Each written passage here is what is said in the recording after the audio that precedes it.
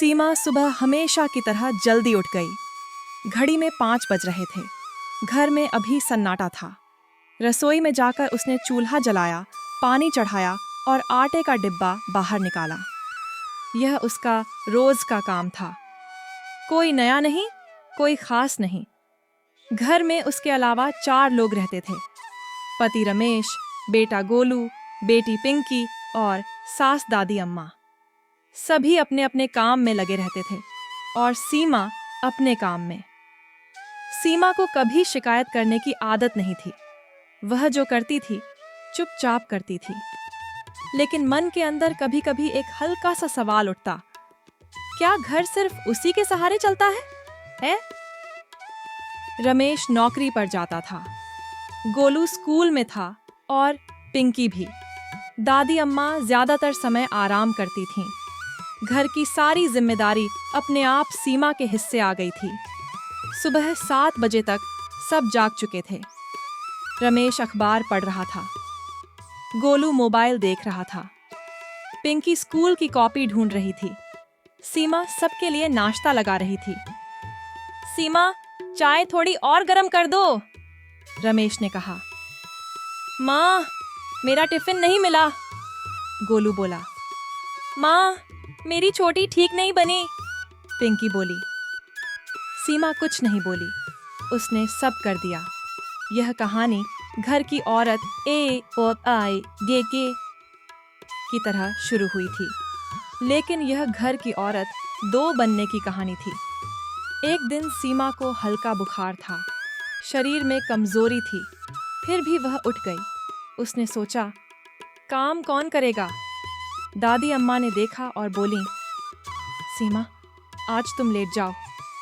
सीमा बोली, अगर मैं नहीं करूंगी तो घर कैसे चलेगा? दादी अम्मा चुप हो गईं। यह बात उनके दिल में लग गई। उसी दिन शाम को रमेश घर आया। उसने देखा कि सीमा ठीक नहीं लग रही। तुम ठीक हो? उसने पूछा। सीमा ने कहा, थोड़ा बुखार है। रमेश पहली बार कुछ देर चुप रहा, फिर बोला, आज खाना बाहर से मंगवा लेते हैं। सीमा को अजीब लगा। यह छोटा सा बदलाव था। अगले दिन रमेश ने गोलू और पिंकी को बुलाया। आज से हम सब घर के काम में थोड़ा थोड़ा हाथ बटाएंगे, उसने कहा। बच्चों ने पहले तो मुंह बनाया, लेकिन फिर मान गए। गोलू ने झाड़ू लगाई।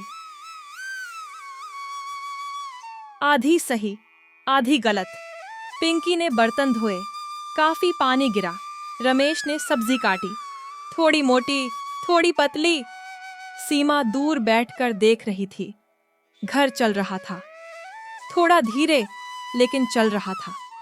सीमा के मन में पहली बार हल्कापन आया। दिन बीतने लगे। काम अब भी होता था, लेकिन अकेले नहीं। गोलू स्कूल से आकर अपना बैग खुद रखता, पिंकी अपने कपड़े खुद समेटती, रमेश कभी कभी चाय बना लेता। सीमा अब भी मुख्य काम करती थी, लेकिन अब वह अकेली नहीं थी। पड़ोस में बातें होने लगीं। सीमा अब पहले जैसी नहीं दिखती, शांति आंटी ने कहा। हंसने लगी है, किसी ने कहा। सीमा बस मुस्कुरा देती। एक दिन त्योहार आया। पहले ऐसे मौक़ों पर सीमा थक जाती थी। इस बार सबने मिलकर काम किया। घर सजा, खाना बना, हंसी हुई। सीमा ने महसूस किया, घर वही है, लेकिन उसका बोझ कम है। एक शाम दादी अम्मा ने सीमा से कहा, पहले हम सोचते थे घर की औरत का मतलब सब कुछ अकेले करना होता है। अब समझ आया, घर की औरत वो होती है जो सबको जोड़ कर रखे। सीमा की आंखें भर आईं। एक दिन सीमा सच में बीमार पड़ गई। इस बार वह उठी नहीं। घर फिर भी चला। रमेश ने दवा दी, बच्चों ने खाना गरम किया, दादी अम्मा पास बैठीं। सीमा ने छत की ओर देखा। उसे लगा, अब वह जरूरी तो है, लेकिन मजबूर नहीं।